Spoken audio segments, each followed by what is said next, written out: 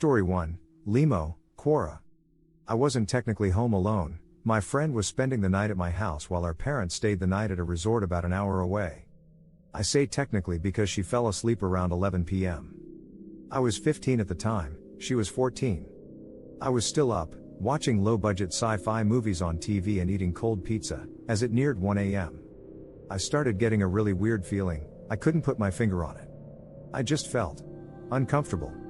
I ignored it for a while, until it got unbearable, and I realized that it felt like someone was watching me. My dad had been fixing some windows around the house during the day, and had removed a bunch of the blinds, making for an unobstructed view into the house.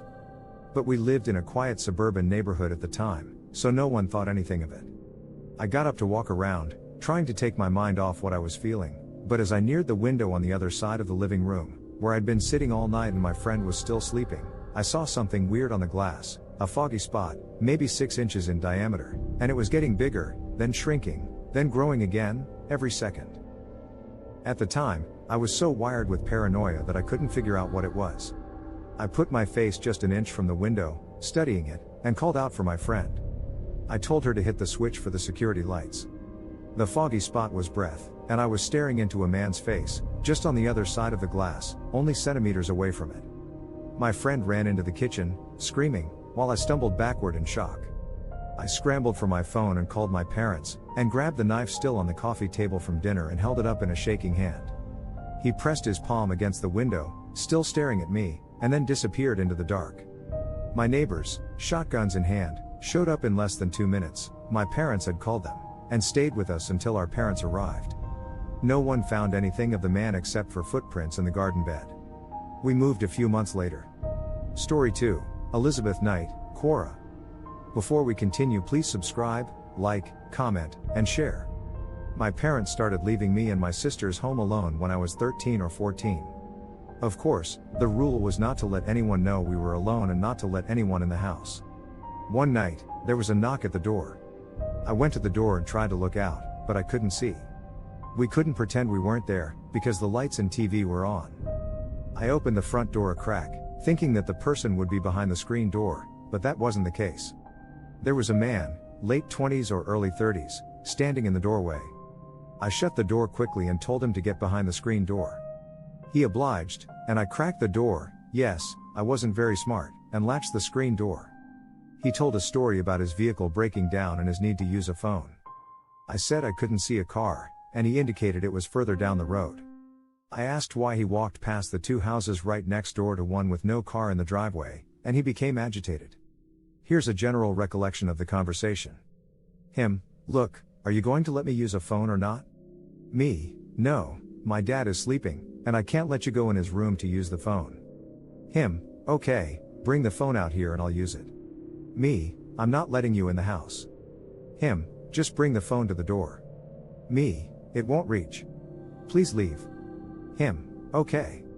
I shut the door and lock it. While my sisters and I are talking about how scary that was, the side door handle jiggles. He knocks and says, will it reach to this door? At this point, I tell him to go to the neighbor's house and use their phone. He starts to yell, I bet your dad's not there. Let me in. I want to talk to him. I said, fine. I'll go get him. I then went into my dad's room and got a shotgun. I came out, racked it, and said, here. Meet my dad. The guy started cursing and calling me names, but he left, or at least that's what I thought. He had actually gone around to another door and tried that one. Our dog, who was outside at the time, began barking at him. He proceeded to do something that made the dog yelp and cry out. I screamed out that I was calling the police, and he finally left. I felt really stupid for the entire interaction. I don't know if he was just a guy who needed a phone, but the whole experience was creepy, and I was obviously ill-prepared for dealing with it. Story 3, Molendijk, Quora. This was a very traumatic experience for me, and it took me quite some therapy to get back on track. My family was on vacation and I stayed home so I could do my own things. 2 friends and I had planned to meet up and bake pancakes, watch a movie, and just have a good time. We were having fun baking, until the doorbell rang. My friend, we'll call her F, went to open the door and I followed her, because it was my house after all. It was a short guy, in a dark blue sweater and gray sweatpants. He said he had a meeting with my dad. Now, I knew this wasn't right. My dad doesn't work with guys his age, let alone do they come to our house when my dad is on vacation. I told the guy he must have had the wrong address and that he should try the next street. This is where it starts to get creepy. He insisted I go with him, to show the way. I refused, not wanting to out in the dark with a stranger, whom I already found suspicious. He insisted again and I told him no again, and started to close the door. He stuck his foot between the door and stepped inside. He grabbed my middle, squeezed me and said, "Do you want sex?" I don't know where the sudden bravery came from, but I managed to push him outside and close the door. I told my friend to lock it. I started shaking all over, couldn't even cry. After I had somewhat calmed down, we called the police. They came by and that night I stayed at my other friend's house, spending the night in blind terror. After that I got scared, of everything. I couldn't open the door, answer the phone, or go outside without being afraid of getting attacked, killed or raped. An arm around my middle, something that wasn't odd for friends to do, would give me a panic attack. It's been over 2 years, but I still feel the panic whilst writing this. Don't trust strangers.